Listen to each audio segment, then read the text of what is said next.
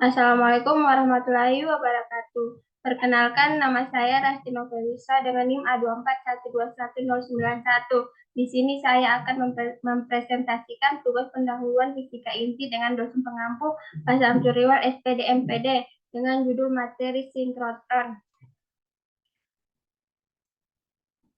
Baik, apa sih itu sinkrotron? Untuk pengertiannya sendiri adalah sinkrotron adalah partikel pemercepat atau akselerator yang digunakan untuk mempercepat impulsi atau dorongan proton, neutron, atau elektron pada energi tinggi. Partikel-partikel tersebut bergerak dalam lintasan melingkar dengan radius yang hampir tetap, sementara dipercepat oleh suatu medan listrik bolak-balik atau AC. Radius lintasan itu dibuat tetap atau konstan oleh bertambahnya medan listrik, sementara masing-masing dorongan dipercepat. Sinkrotron memungkinkan kecepatan radiasi yang dihasilkan oleh elektron relativistik mendekati kecepatan cahaya, dan sumber elektron relativistik adalah komponen dari elektron dari sinar kosmik. Radiasi sinkrotron tersebar luas di Bima Sakti dan galaksi lainnya, dan merupakan proses sinambung yang paling mudah diamati dalam astrofisika. Sinkrotron juga digunakan sebagai sumber radiasi elektromagnetik khas untuk karakterisasi material, dengan kelebihan berupa intensitas yang sangat tinggi, panjang gelombangnya pendek, kolimasi berkas yang teliti, dan spektrum sinambung yang mulus. Untuk radiasi sinkrotronnya, radiasi sinkrotron adalah radiasi elektromagnetik yang dipancarkan ketika partikel bermuatan dipercepat secara radial, yaitu ketika mereka mengalami akselerasi tegak lurus terhadap kecepatannya. Radiasi sinkrotron dapat dicapai secara artifisial dalam sinkrotron atau cincin penyimpanan, atau secara alami oleh elektron cepat yang bergerak melalui medan magnet. Radiasi yang dihasilkan dengan cara ini memiliki polarisasi, karakteristik, dan frekuensi yang dihasilkan dapat menjangkau seluruh spektrum elektromagnetik yang juga disebut radiasi kontinum. Untuk sumber radiasinya sendiri, sumber radiasi sinkrotron adalah mesin listrik yang sangat besar yang digunakan sebagai sumber radiasi elektromagnetik khas untuk karakterisasi material.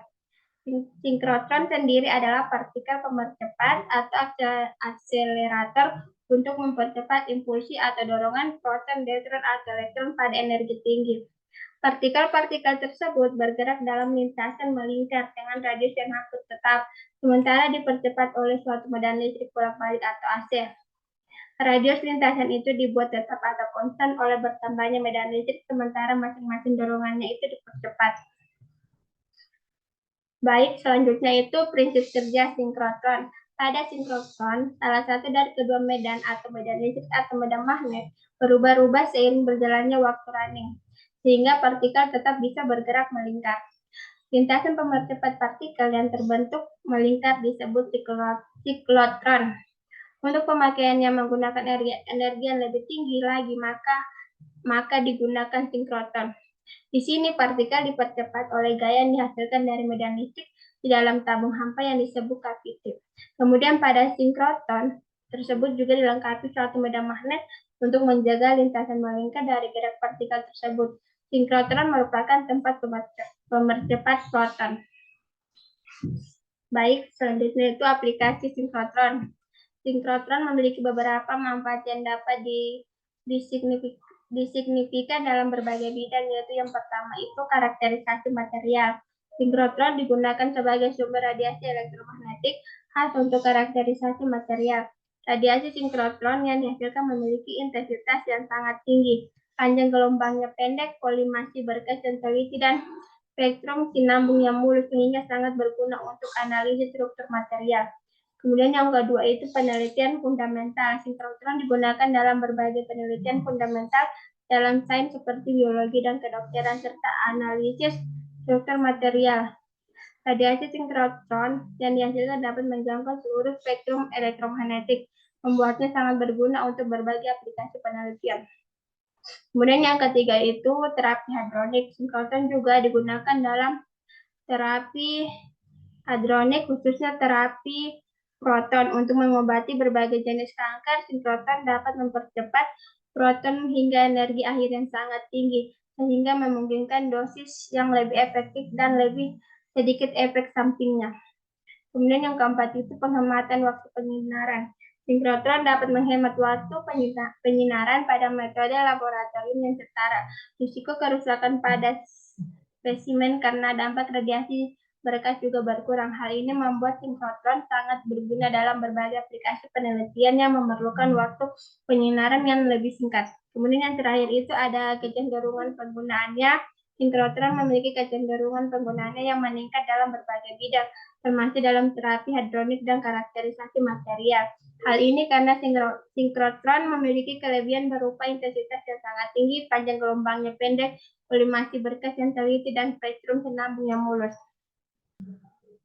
Kemudian yang terakhir ada kelebihan dan kekurangan dari sinkroton. Yang pertama itu kelebihannya, sinkroton dapat menghasilkan radiasi dengan intensitas yang sangat tinggi, yang memungkinkan penghematan waktu penyinaran pada metode laboratorium yang setara dan mengurangi risiko kerusakan pada spesimen karena dampak radiasi berkas. Kemudian kekurangannya sendiri itu, meskipun sinkroton dapat menghemat waktu penyinaran, tetapi masih memerlukan waktu yang relatif lama untuk menghasilkan radiasi yang intensif. Baik, sekian presentasi dari saya. Mohon maaf apabila ada banyak kesalahan kata, dan saya akhiri wabillahi taufiq hidayah. Wassalamualaikum warahmatullahi wabarakatuh.